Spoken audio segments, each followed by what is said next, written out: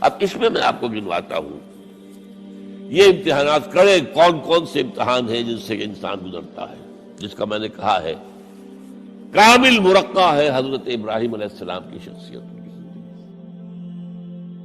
سب سے پہلا انسان کا امتحان جو ہے اس کی عقل کا، شعور کا، اس کے فہم کا، اس کی فطرت کا، اس کی جبلت کا۔ وہ کیا ہے؟ اس دنیا میں آنکھیں کھولنے کے بعد اللہ تعالی پر ایمان لاتا ہے یا نہیں؟ اللہ کو پہچانتا ہے کہ نہیں؟ میرا خالق کون؟ میرا مالک کون؟ میرا پیدا کرنے والا کون؟ کون میرا محبوب ہے؟ کون میرا مقصود ہے؟ کون میرا مطلوب ہے؟ کون میرا حاکم ہے؟ کون میرا آقا ہے؟ کون ہے قانون دینے والا؟ کون ہے ہدایت دینے والا؟ یہ پہچان لینا عقل و فطرت کا پہلا امتحان ہے جس سے انسان گزرتا ہے۔ اور ظاہر بات یہ امتحان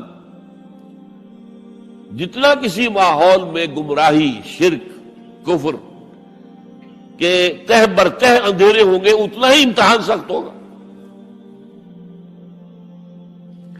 آپ مسلمانوں کے ماحول میں رہ رہے ہیں تو ٹھیک ہے، مسلمان بھی اب دنیا پرست بن گئے ہیں، یا جو بھی آپ کہیں، حقیقی مسلمان تو دیکھنے کو نہیں ملتا، پھر بھی بہرحال اسلام تو ہے نا یہاں۔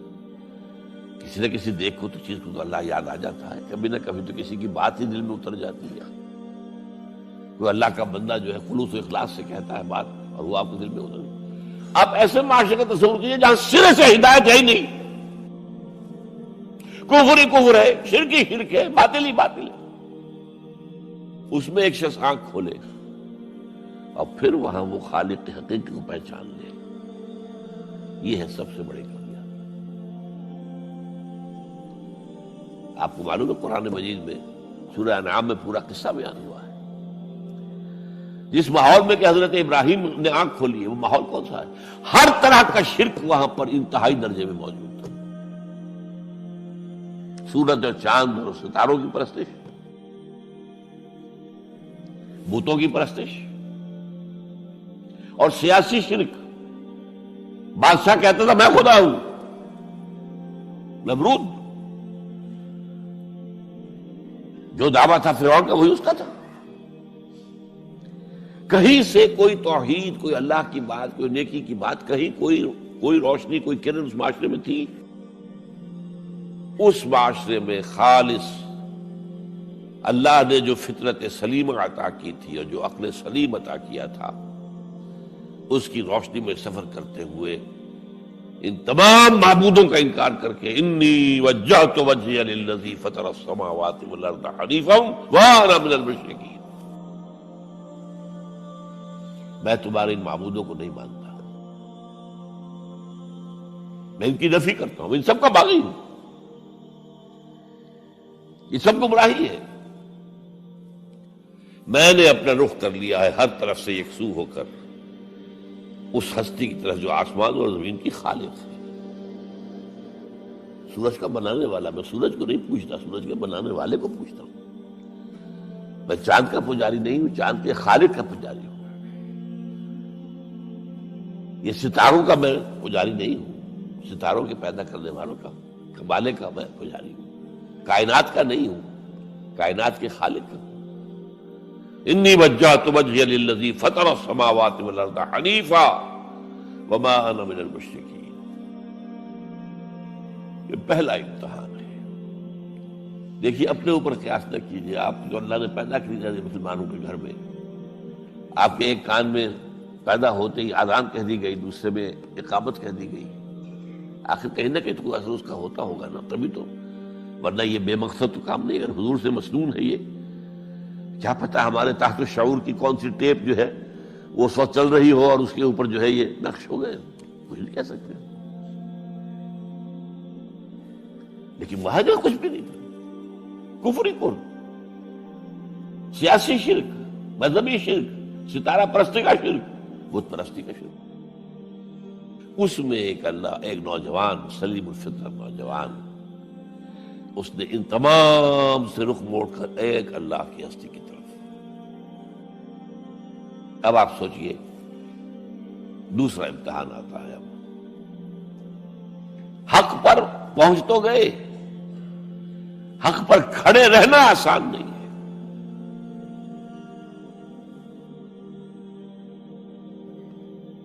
اس کے لیے امتحانات آئیں گے،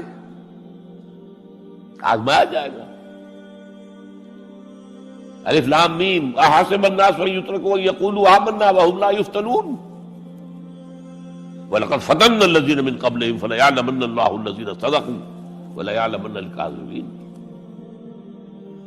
ہم تو آزماتے ہیں، پھر تم نے کہہ تو دیا ربی اللہ، اچھا آپ دیکھتے ہیں تمہیں جانچیں گے، پرکھیں گے، امتحان دیں گے تمہارا۔ وہ امتحان کیا تھا؟ اسی کو کہا رسول حامیم سجدم ان الذین قالوا ربنا اللہ ثم استقاموا، بے شک وہ لوگ جنہوں نے کہا ہمارا رب اللہ ہے اور پھر جم گئے۔ یہ جم جانا جو ہے اس استقامت میں قیامت مضمن ہے۔ سب سے پہلے گھر میں جنگ ہوئی، باپ کہتا ہے ابراہیم کیا اراغب انت عن آلہتی یا ابراہیم، اے ابراہیم یہ کیا تم میرے آلہہ، میرے جو معبود ہیں ان سے تم نے روگردانی کر دی ہے۔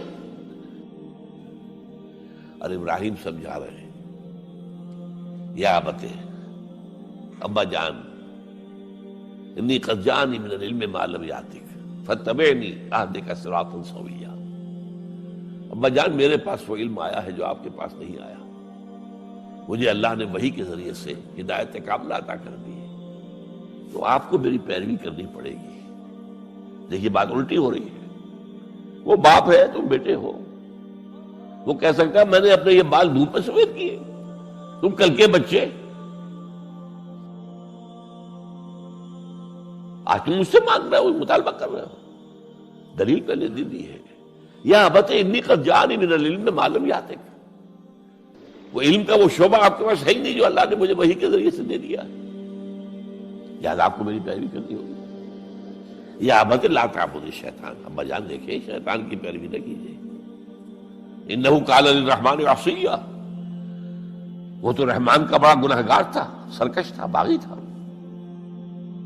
یا ابت انی اخاف ان یمسک عذاب من الرحمن فتکون للشیطان ولیا، ابا جان مجھے بڑا اندیشہ ہے کہ آپ کہیں اللہ کی نگاہ میں شیطان کے ساتھیوں میں شمار نہ ہو جائیں اور پھر آپ پر اللہ کا عذاب نہ آ جائے۔ لیکن جواب کیا دیا باپ نے؟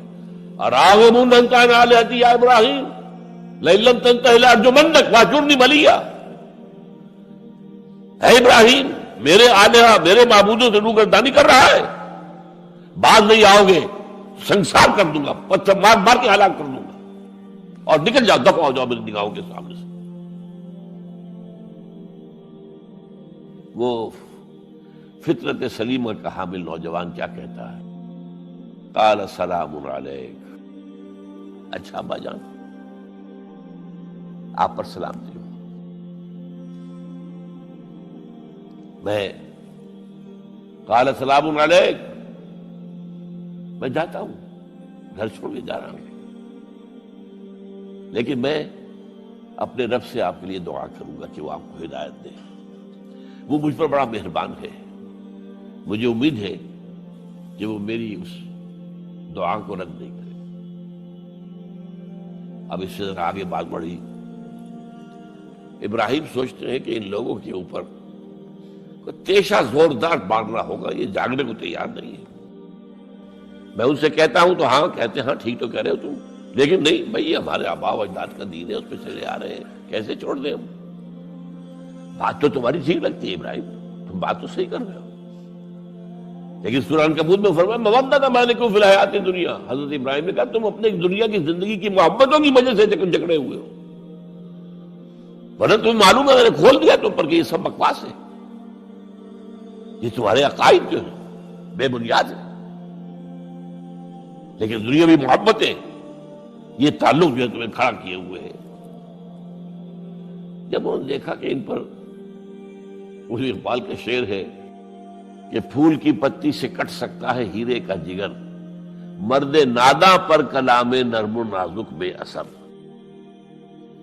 مرد ناداں پر کلام نرم و نازک، اس کے اوپر تو وہ ہتھوڑا چلانا پڑتا ہے، وہ ہتھوڑا چلانے کی سوچی۔ ان کا کوئی تہوار آ رہا تھا جس میں جا کے باہر میدان میں جا کے کوئی پوجا کرنی تھی کسی خاص ستارے کی، اور پورا شہر خالی ہو جانا تھا۔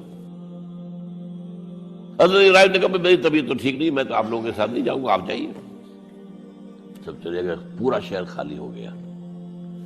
اب انہوں نے ہاتھ میں ہتھوڑا لیا، وہ بت خانے میں گھس گئے اور سب بتوں کو توڑ کے چورا چورا کر دیا۔ لیکن طبیعت میں ایک عجیب قسم کا ایک مٹھاس والا مزاح تھا،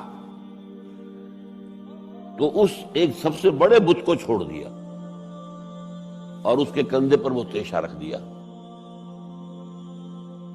اب جو وہ رات کو واپس آئے ہوں گے، آپ سوچئے ذرا، آج بھی ہندوستان کے شہر متھرا میں یا بنارس میں کہیں بتوں کے ساتھ کے کوئی حشر کر دے تو کیا قیامت آئے گی؟ کیا کیا؟ من فعل ھذا بآلہتنا، کون ہے وہ جس نے ہمارے معبودوں کا یہ حشر کیا ہے؟ بہت کچھ کر کے کچھ لوگ، ہاں ہم سنتے تھے ایک نوجوان جو ہے وہ کچھ ان کا ذکر کیا کرتا تھا ان بتوں کا کہ ان میں کچھ نہیں ہے، کچھ نہیں ہے، کچھ باغیانہ خیالات کا اظہار کیا کرتا تھا وہ ابراہیم۔ بلاؤ، حاضر کیا گیا۔ یا ابراہیم انت فعلت ھذا، کیا اب تم نے کیا؟ مجھ سے کیا پوچھتے، اس بڑے بت سے پوچھو، اس سے پوچھو، بھائی سارے ٹوٹے ہوئے، یہ سالم کھڑا ہے۔ اور نمبر 2 جسے کہتے ہیں پولیس کی اصطلاح میں آلہ واردات، قتل کیا تھا تو کس چیز سے کیا تھا وہ بھی برآمد ہو گیا، وہ چھری بھی مل گئی ہے، اس پر خون کے دھبے ہی ہیں۔ اور آج تو آپ کو معلوم ہے کہ خون کے قطرے سے بھی پتہ چل جاتا ہے کہ کس کا خون تھا، جینیٹکس کے ذریعے سے۔ تو اس نے کیا ہوگا کہ ابراہیم وکل کے ناخن لو، ان سے پوچھے، یہ بات کرتے کوئی؟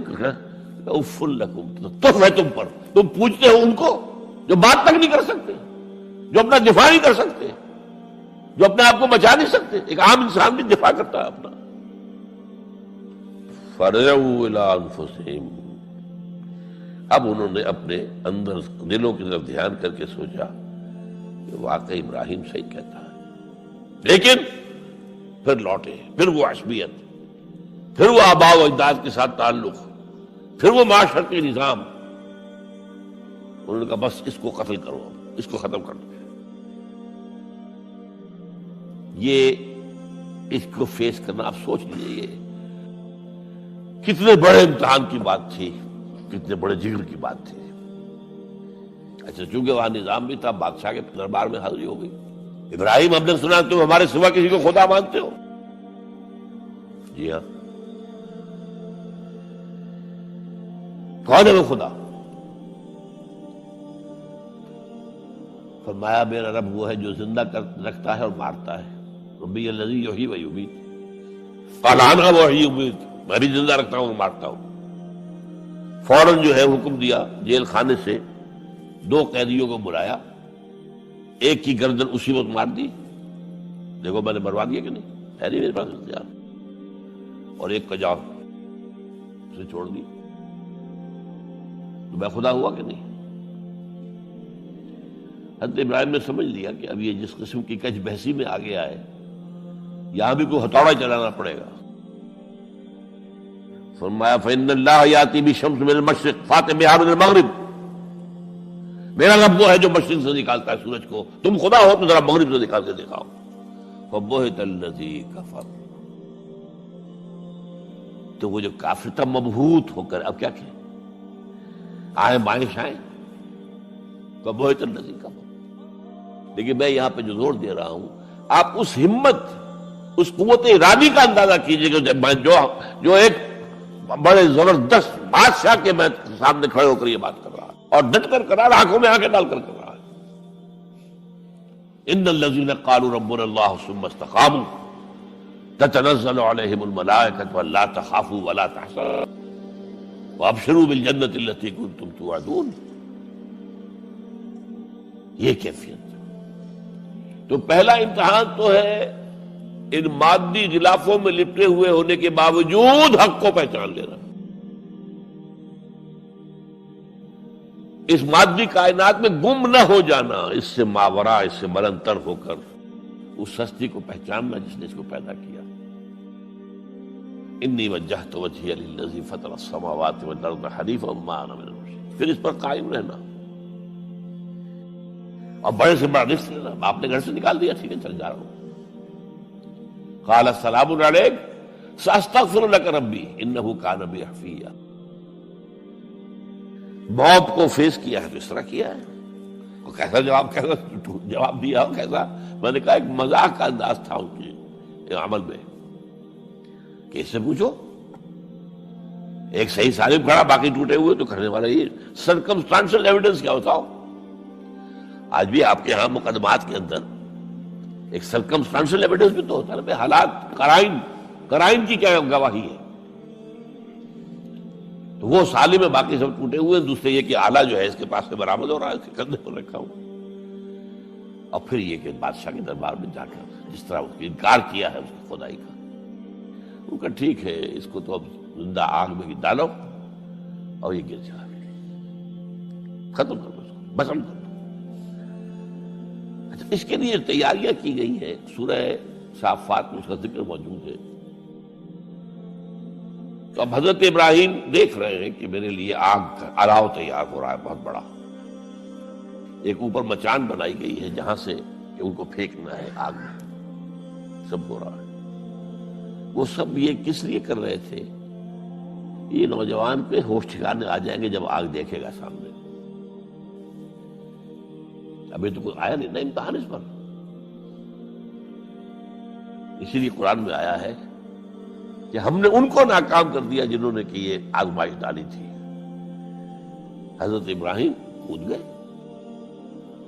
اقبال کہتا ہے بے خطر کود پڑا آتش نمرود میں عشق، عقل ہے محو تماشائے لبے بام ابھی. دیکھیے یہ دو عقلیں ہیں، یہ سمجھ لیجیے. ایک عقل وہ ہے جو پہچان لے، ایک عقل وہ ہے جو آگے چلنے سے روکے. دیکھو جواب ٹھیک نہیں، تمہارا کیا کر رہے ہو؟ اپنی جان سے کھیل رہے ہو، جان سے چلے جاؤ گے. تو عقل جو ہے ایک معنی میں وہ حقیقت کو پہچاننے میں مددگار ہے، اگرچہ منزل تک نہیں پہنچا سکتی. گزر جا عقل سے آگے کہ یہ نور چراغ راہ ہے، منزل نہیں ہے. پاس چراغ رکھا ہے تو روشنی تو ہو جائے گی نا، کچھ نہ کچھ دکھا دے گی. بس یہ چراغ راہ ہے، یہ آخری منزل تک عقل نہیں پہچان سکتی. یہ تو فطرت انسانی ہے، قلب ہے، روح انسانی ہے، وہ پہچانتی ہے. اور عقل گو آستان سے دور نہیں، اس کی قسمت میں پر حضور نہیں، حاضری نہیں ہوتی وہاں. اللہ تک پہنچانے والی شے عشق ہے، اللہ کی محبت ہے. آگے چلنے سے تو عقل روکتی. عقل کا لفظ جو ہے وہ اس سے پہلے یقیناً کئی مرتبہ میں نے یہاں پہ بیان کیا ہوگا. عقل کے معنی ہے روکنے والی. یہ جو سعودیز جو ہے وہ اپنے سروں کے اوپر ایک باندھتے ہیں، کوئی سنہری رنگ کا ہوتا ہے، کچھ ہوتا ہے اس رومال کے اوپر. اس کو اقال کہتے ہیں، اقال. یہ ان کی پرانی بدویانہ، جب ان کو کھانے پینے کو بھی نہیں ملتا تھا، بھوکے پیاسے ننگے پاؤں ننگے بدن رہتے تھے، اس وقت ایک رواج ہے. ان کی ساری زندگی جو ہے گھومتی تھی اونٹ کے گرد. اونٹی کا گوشت کھا لینا ہے، اونٹی کا دودھ پی لینا ہے، اونٹ کے اوپر سواری کر لینی ہے، اونٹ کی کھال سے جو ہے وہ خیمے بنا لینے ہیں، اونٹ کے بالوں سے اپنے لیے کوئی کمبل بنا. اونٹ ہی اونٹ تھا. جیسے ہمارے یہاں پنجاب میں جن علاقوں کو کہا جاتا ہے جو جانگلی علاقہ، وہ بھینس ہی بھینس تھی، بھینس کا کلچر تھا وہاں. بھینس کا دودھ پی لیا، بھینس کے مکھن سے کھا لیا، لسی سے نہا لیے، اور یہ ساری چیزیں جو ہے بھینس کا گوشت کھا لیا. بھینس ہی بھینس تھی. اور کیا تھا؟ یہ مج کلچر تھا یہاں کا سارا، یہ جو آپ کے ہاں جانگلی کہلاتے ہیں، یہ تو آباد کار آئے ہیں جلندھر سے، ہوشیارپور سے، گرداسپور سے، وہ آباد کاروں نے آ کے پھر یہاں پر جو ہے وہ ساری چیزیں بتائی ہیں، ورنہ یار کس کو جانتے، گڑ کی نہیں جانتے، گڑ کس بلا کا نام نہیں جانتے، چینی تو بہت دور کی بات ہے، گڑ نہیں جانتے۔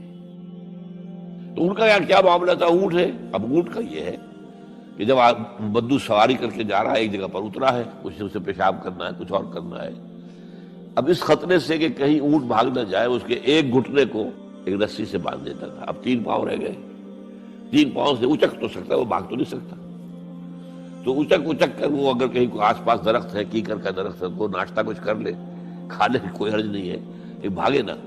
تو وہ جو رسی جس سے اونٹ باندھتے تھے، اس کا گھٹنا، وہ اب کیا ہوا، اب اسے جانا ہے سفر پر دوبارہ، وہ جائے گا، وہ رسی وہاں سے کھول کے سر پہ باندھ لے گا، کاٹ کے رسی کو۔ یہ اقال، اب وہ سنہری بھی ہوتے ہیں، کیا کیا خوبصورت ہوتے ہیں، لاکھوں روپے کا ہوتا ہے، لیکن تہذیبی پس منظر اس کا یہ ہے۔ اب ظاہر بات ہے کہ وہ تو لوگ، اس لیے حدیث میں یہ لفظ آیا ہے، ایک مرتبہ حضور مسجد نبی میں تشریف فرماتے، باہر کوئی بدو آئے صحابی باہر سے، اور انہوں نے اپنے اونٹ کا یا اونٹنی کا گھٹنا نہیں باندھا، اسے ویسے ہی چھوڑ کے اندر آ گئے۔ حضور نے فرمایا تم نے اس کا گھٹنا کیوں نہیں باندھا؟ جواب دیا میں نے اللہ پر توکل کیا۔ فرمایا غلط، اعقلھا ثم توکل، پہلے اس کا گھٹنا باندھو پھر توکل کرو۔ وسائل کا استعمال ترک کر دینا توکل نہیں ہے۔ ہاں یہ سمجھو کہ وسائل کے ذریعے سے نہیں ہوگا، جو بھی کچھ ہوگا اللہ کی کیے سے ہوگا، لیکن وسائل کا استعمال تو کرنا ہے، وہ توکل اسلام میں نہیں ہے جو رہبانیت کا توکل ہے۔ بہرحال تو یہ اب جو ہے عقل جو ہے، اب اس وقت جو کہ بے خطر کود پڑا آتش نمرود میں عشق، عقل ہے محو تماشائے لبے بام، ابھی عقل تو وہیں پر کھڑی ہوئی سوچ رہی ہے کودنا چاہیے کہ نہیں کودنا چاہیے، اور ابراہیم کود بھی چکا۔ لوگ حیران رہے، لیکن اللہ نے اس آگ کو گل و گلزار بنا دیا۔ قلنا یا نار کونی بردا وسلام علی ابراہیم۔ اب آیا چوتھا امتحان کہہ لیجیے اس کو، یہ رسولوں کے باب میں اللہ کا قاعدہ ہے، اس قوم کی طرف کسی رسول کو بھیجیں، اگر وہ قتل کرنے پر آمادہ ہو جائے رسول کو، تو پھر وہاں سے ہجرت کی اجازت ہوتی ہے۔ جیسے حضور جب دارالندوہ میں فیصلہ ہو گیا کہ اب قتل کر دو محمد کو صلی اللہ علیہ وسلم، اس سے پہلے یہ اندیشہ تھا جب تک کہ ابو طالب زندہ تھے کہ چچا سپورٹ پر ہے ابو طالب، اور بنو ہاشم کا وہ سردار ہے، تو یہ ہماری جو ہے ان فائٹنگ ہو جائے گی، ٹرائبل، انٹر ٹرائبل یا انٹرا ٹرائبل کہنا چاہیے، کہ قریش کے اندر ہی آپس میں جب ہم لڑ پڑیں گے تو ہماری جو دھاک بیٹھی ہوئی ہے پورے عرب میں وہ تو ختم ہو جائے گی۔ A house divided amongst itself cannot stand۔ یہ وہ چیز تھی جو ابھی تک ان کے ہاتھ روکے ہوئے تھی۔ اب ابو طالب مر گئے، اب جو سردار ہے بنو ہاشم کا وہ ابو لہب ہے، وہ حضور کا وزیر سب سے بڑا دشمن ہے، لہذا فیصلہ ہو گیا۔ تب آپ گئے ہیں طائف، اور وہاں سے بھی ناکام آئے ہیں۔ اس کے بعد یہ ہے کہ باقی سب صحابہ کو آپ نے اجازت دے دی چلے جاؤ مدینے، لیکن ابھی آپ منتظر رہے جب تک کہ ایکسپریس پرمیشن نہ آئے، رسول اپنی جگہ چھوڑ نہیں سکتا۔ بہرحال یہ ایک علیحدہ معاملہ ہے کہ اس میں تھوڑی سی خطا ہو گئی تھی حضرت یونس علیہ السلام کے ساتھ، کہ وہ اپنی قوم کے اس رویے سے دل برداشتہ ہو کر غصے کے اندر بھرے ہوئے، یہ ماننے والے نہیں، ناہنجار لوگ چھوڑ کر چلے گئے، اگرچہ اللہ کی اجازت ابھی نہیں آئی تھی۔ یہی وجہ ہے اللہ نے انہیں سزا دی، مچھلی کے پیٹ میں رہے، وہاں وہ استغفار کرتے رہے، لا الہ الا انت سبحانک انی کنت من الظالمین۔ پھر اس ویل مچھلی نے اگل دیا ان کو، اور ساحل کے اوپر رہے، اس کا پورا ذکر ہے قرآن مجید میں۔ بہرحال تو یہ اب معاملہ آ گیا وطن کو چھوڑنے کا، لہذا ہجرت کی۔ اب ان قال انی ذاہب الی ربی سیہدین۔ ٹھیک ہے، تم لوگوں کا حال یہ ہے، میں نے تمہیں ہر طرح سمجھایا، نرم بھی سمجھایا، گرم بھی سمجھایا، تمہارے اوپر ہتھوڑے بھی برسائے اور پھول بھی برسائے، تم کسی طرح ماننے والے نہیں ہو، اب تم میری جان کے دشمن بن گئے ہو، تو ٹھیک ہے پھر میں جاتا ہوں۔ انی ذاہب الی ربی سیہدین، رب ہب لی من الصالحین۔ ایک دعا اور نکل آئی اس وقت سے، اے اللہ مجھے صالح اولاد عطا فرما۔ 80 برس سے تجاوز ہو چکی تھی عمر، اولاد نہیں تھی۔ آپ کے اپنے خاندان سے تھی جو اہلیہ تھی سارہ رضی اللہ تعالی عنہ، بانجھ نہیں ہے، اولاد نہیں ہوئی، اللہ کی مرضی۔ بہرحال حضرت ابراہیم کے ساتھ ہجرت کرنے والوں میں حضرت سارہ بھی تھی آپ کی اہلیہ، حضرت لوط بھی تھے آپ کے بھتیجے، اور حضرت لوط کی اہلیہ بھی تھی۔ یہ اہلیہ جو ہے لوط کی، یہ مومنہ تھی، یہ ساتھ انہوں نے ہجرت کی۔ بعد میں جب انہیں اللہ تعالیٰ کے حکم سے حضرت ابراہیم نے بھیج دیا سدوم اور عامورہ کی بستیوں کی طرف، تو وہاں شاید معلوم ہوتا کوئی اور شادی کی ہے، وہ کافرہ رہی، اور اس نے جو ہے حضرت لوط کے ساتھ جو ہے خیانت کا معاملہ کیا، وہ ایک علیحدہ معاملہ ہے۔ بہرحال اس وقت جو دعا کی رب ہب لی من الصالحین، اس کے جواب میں اللہ نے فوراً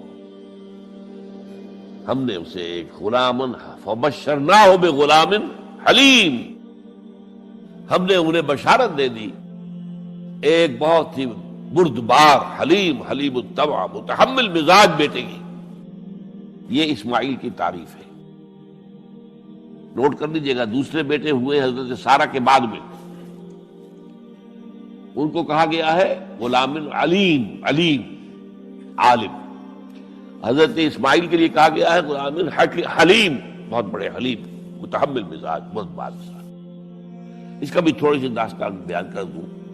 حضرت سارہ کہاں کہ یہاں اولاد نہیں تھی، حضرت ابراہیم ہجرت کر کے آئے تھے، کہاں سے پیدا کہاں ہوئے تھے؟ شہر ار، یہ جو عراق کا اس وقت کا سب سے بڑا شہر تھا، صدر مقام تھا، وہاں پیدا ہوئے تھے۔ وہاں سے ہجرت کر کے کہاں آئے؟ شام میں علاقہ، خاص طور پر فلسطین کا جو ہے کنعان، یہاں آ کر آپ نے ڈیرہ اپنا جما لیا۔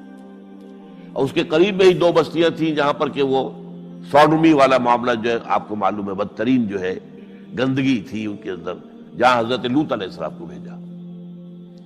پھر انہوں نے ایک سفر کیا مصر کا، اس کی وجہ بھی سمجھ لیجئے۔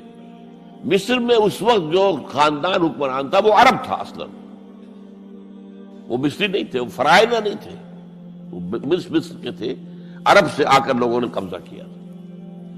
تو حضرت ابراہیم وہاں گئے، وہاں ان کی بڑی پذیرائی ہوئی۔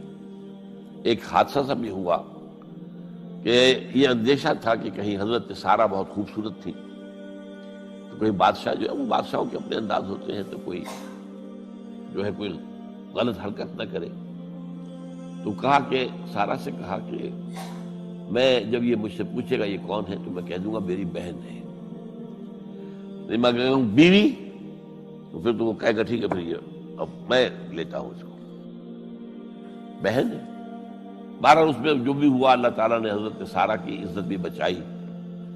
وہ معجزہ دیکھا حضرت ابراہیم کی طرف سے جو اللہ نے پیش کیا، جیسے حضرت سارہ کو مصر کے بادشاہ کی اس غلط نیت سے بچائے رکھا۔ پھر اس شخص نے جو ہے اپنی بیٹی ہاجرہ یہ خدمت میں پیش کی۔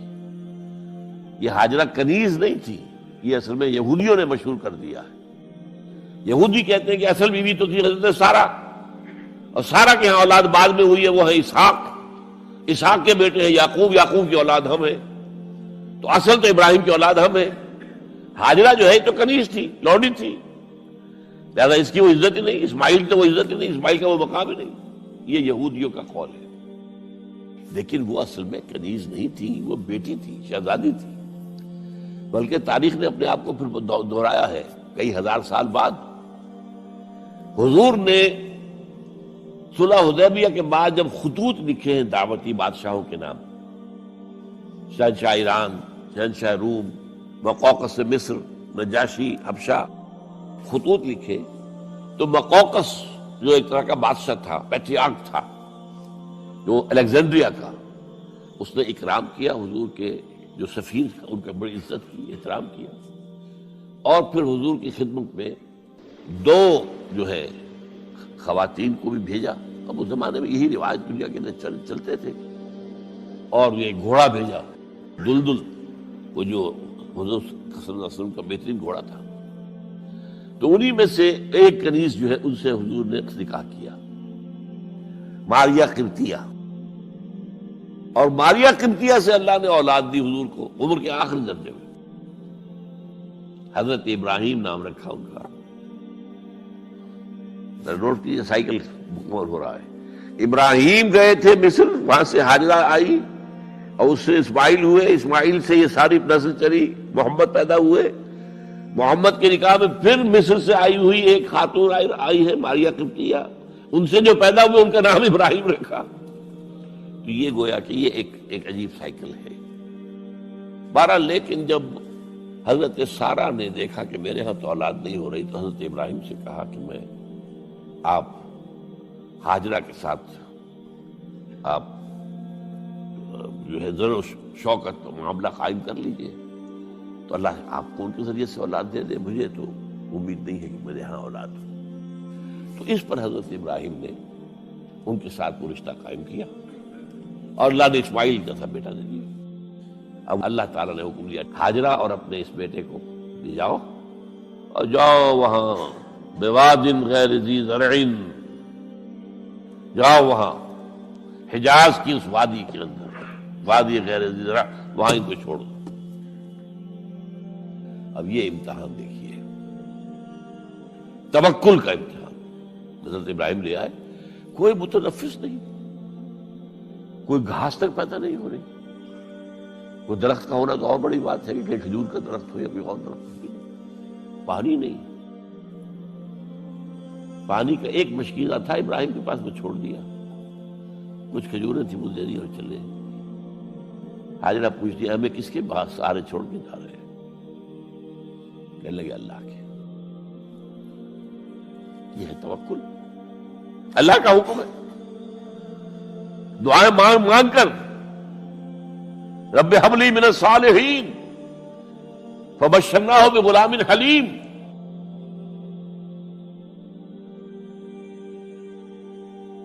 اب وہ بچہ آتے رہتے تھے، چکر لگاتے تھے.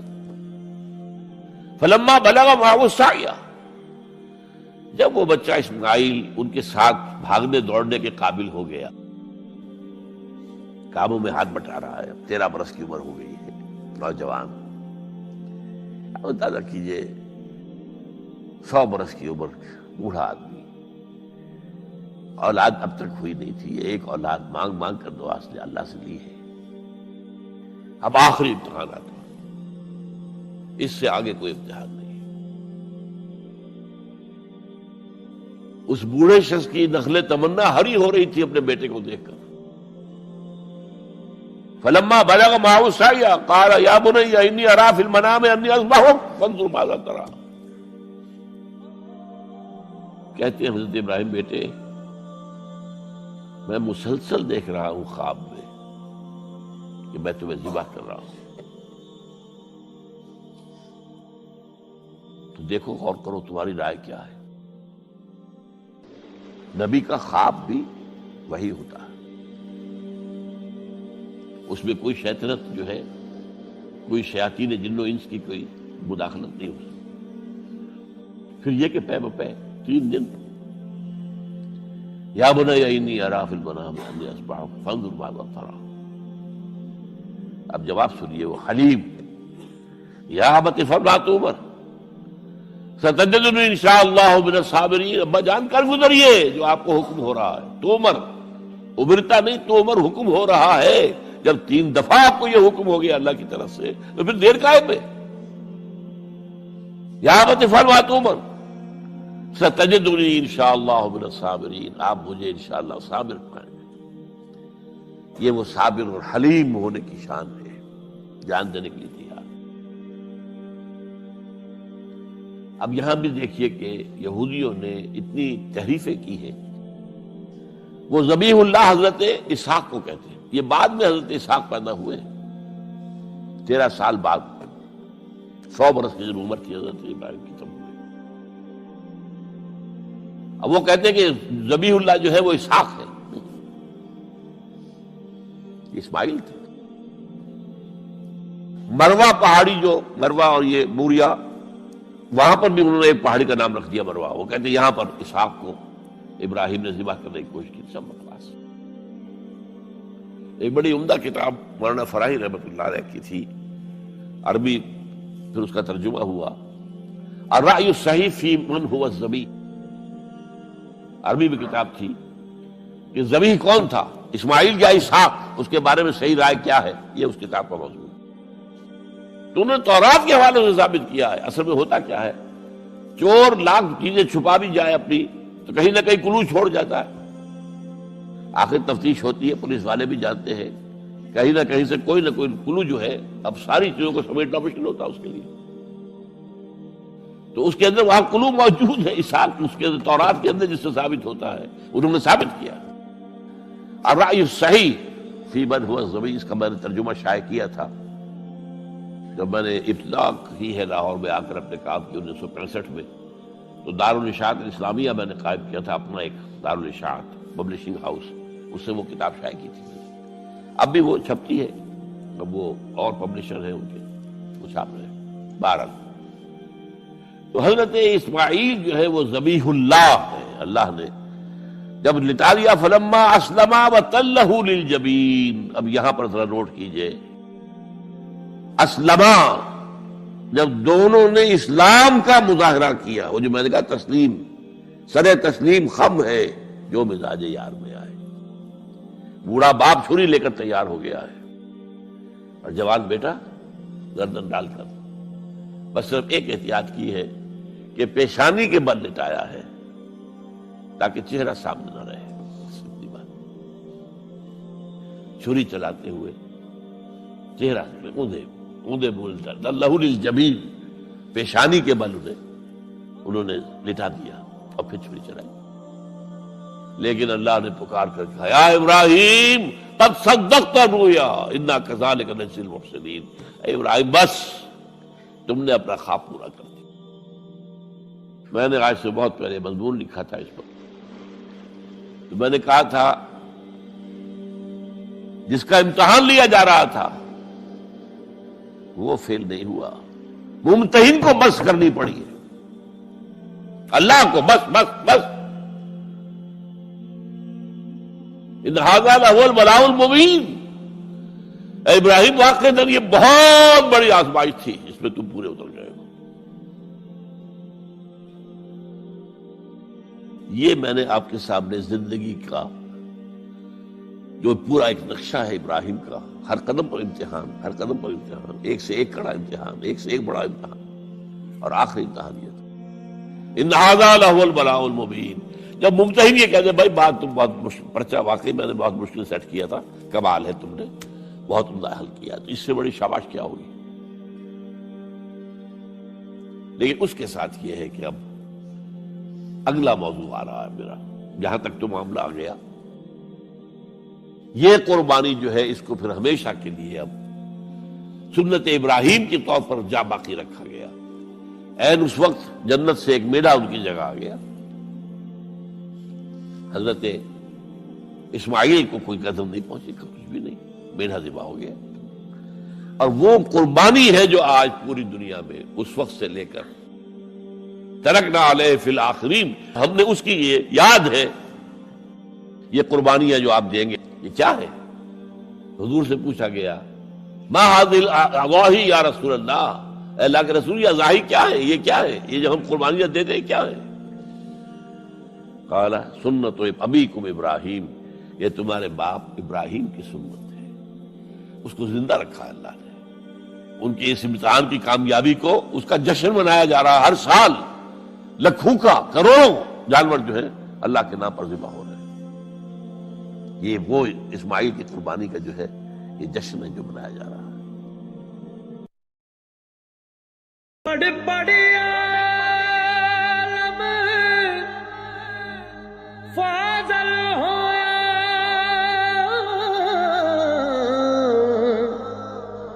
کدے اپنے آپ نو پڑھیا ہی نہیں، جا جا وڑدا مند ਕਾਫਰ ਮਸੀਤੀ ਹੋ